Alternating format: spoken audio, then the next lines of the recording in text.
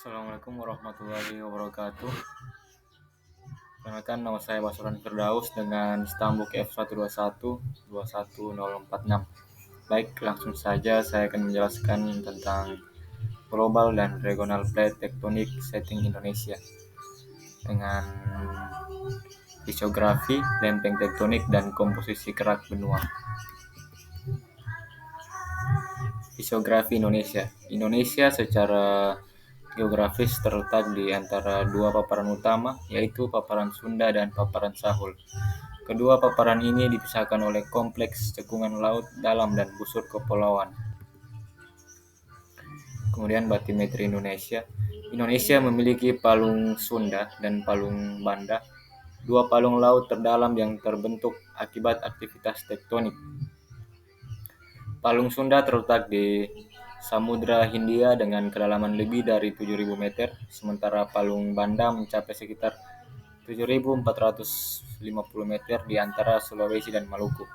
Selain itu, Indonesia juga memiliki rangkaian gunung berapi aktif yang membentang dari Sumatera hingga Sulawesi. Aktivitas vulkanik ini terikat erat dengan proses geologi yang sama yang membentuk palung-palung laut dalam, membuat Indonesia kaya akan keunikan geologi dan biologi. Kemudian lempeng tektonik di Indonesia. Proses konveksi mantel. Gerakan lempeng tektonik disebabkan oleh konveksi mantel yang dipicu oleh perbedaan suhu antara inti bumi yang panas dan mantel yang lebih dingin.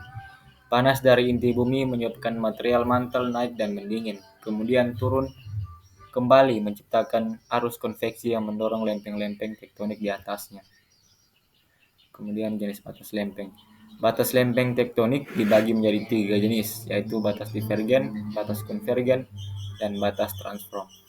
Batas divergen adalah lempeng bergerak menjauh, membentuk lempeng baru seperti di Mid-Ocean Ridge. Kemudian batas konvergen, yaitu lempeng bergerak mendekat, bisa menyebabkan subduksi atau tabrakan benua. Kemudian batas transform, yaitu lempeng bergerak geseran lateral, contohnya sesar San Andreas. Kemudian batas lempeng konvergen. Proses subduksi terjadi ketika lempeng samudra yang lebih berat menunjam ke bawah lempeng benua yang lebih ringan di zona konvergen. Hal ini menyebabkan lempeng samudra meleleh sebagian dan membentuk magma yang naik ke permukaan, membentuk busur vulkanik. Proses ini sering terjadi di sekitar cincin api Pasifik, termasuk di Indonesia, dan menghasilkan gempa bumi besar serta aktivitas vulkanik yang intensif. Kemudian contoh batas konvergen Sunda Arc. Subduksi lempeng Indo-Australia di bawah lempeng Eurasia terjadi di sepanjang zona subduksi yang membentang dari Sumatera hingga Jawa. Proses ini melibatkan penunjaman lempeng Samudra Indo-Australia di bawah lempeng benua Eurasia, menciptakan zona seismik aktif yang sering menghasilkan gempa bumi besar dan tsunami. Batas lempeng konvergen. Pembentukan Mid-Ocean Ridge atau MORE terjadi karena pergerakan divergen antara lempeng tektonik. Ketika dua lempeng bergerak menjauh, celah yang terbentuk diisi oleh magma dari mantel yang naik dan mendingin, membentuk kerak bumi baru. Proses ini menciptakan rangkaian gunung berapi bawah laut dan aliran lava dasar laut, membentuk pegunungan tengah samudra yang terus berkembang sepanjang waktu. Batas lempeng transform. Geseran horizontal antara lempeng terjadi di batas transform, di mana dua lempeng bergerak secara lateral atau geseran, atau sama lain tanpa pembentukan atau penghancuran litosfer. Contoh batas transform adalah sesar San Andreas di California, yang merupakan sesar mendatar, strike slip fault, dengan gerakan sinistral atau dekstral. Kemudian contoh batas transform Sumatra Fault. Sesar Semangkau adalah sesar geser yang memanjang di Sumatera membentang dari Aceh hingga Lampung. Sesar ini merupakan salah satu sumber potensial gempa bumi dan tsunami di Indonesia karena pergerakan lateral antara lempeng Indo-Australia dan lempeng Eurasia. Sesar Semangkau membentuk pegunungan barisan dan merupakan salah satu sesar aktif terbesar di Indonesia. Kemudian komposisi kerak benua Indonesia. Kerak kontinental terdiri dari batuan sedimen, beku, dan metamorf, dengan granit sebagai batuan utama. Kerak ini lebih tebal 20-70 km dan kurang padat sekitar 2,7 gram cm kubik dibandingkan dengan kerak samudra.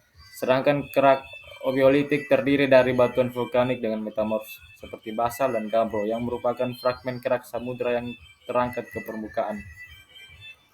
Kemudian continental margins. Aktif margins terletak di zona subduksi dicirikan oleh aktivitas vulkanik dan gempa bumi karena pergerakan konvergen lempeng tektonik. Kemudian pasif margin terletak di zona divergen atau stabil, tidak memiliki aktivitas vulkanik dan sering ditemukan di pantai benua yang tidak berbatasan dengan zona subduksi. Kemudian collision zones atau tabrakan antar lempeng. Tabrakan antar lempeng di Papua melibatkan lempeng Pasifik yang bergerak ke barat sampai ke barat daya dengan kecepatan 12 cm per tahun. Di Indonesia, lempeng Indo-Australia yang bergerak ke utara sekitar 7 cm per tahun. Proses ini menyebabkan kompresi dan deformasi membentuk zona patahan aktif di Papua. Kemudian dampak tektonik di Indonesia. Berikut adalah dampak tektonik pada Indonesia. Yang pertama ialah gempa bumi. Indonesia sering mengalami gempa bumi karena posisinya di antara beberapa lempeng tektonik aktif. Gempa bumi dapat menyebabkan kerusakan bangunan, korban jiwa, dan kehancuran infrastruktur. Kedua, letusan gunung berapi. Aktivitas lempeng tektonik menyebabkan letusan gunung berapi di berbagai wilayah Indonesia. Letusan ini mengancam penduduk sekitar dan berdampak pada cuaca global jika debu vulkanik mencapai stratosfer. Ketiga, tsunami. Subduksi lempeng tektonik di sekitar Indonesia dapat memicu gempa bumi laut yang signifikan yang kemudian dapat menyebabkan tsunami. Tsunami adalah gelombang besar di laut yang menyebabkan kerusakan parah di wilayah pesisir. Kesimpulannya, Indonesia berada di zona tektonik aktif karena terletak di pertemuan tiga lempeng besar, lempeng Indo-Australia, lempeng Eurasia, dan lempeng Pasifik. Aktivitas tektonik ini berdampak pada kehidupan dan lingkungan, menyebabkan gempa bumi, letusan gunung berapi, dan tsunami. Memahami tektonik sangat penting untuk mitigasi bencana. Berikut daftar pustakanya. Baik, sekian. Assalamualaikum warahmatullahi wabarakatuh.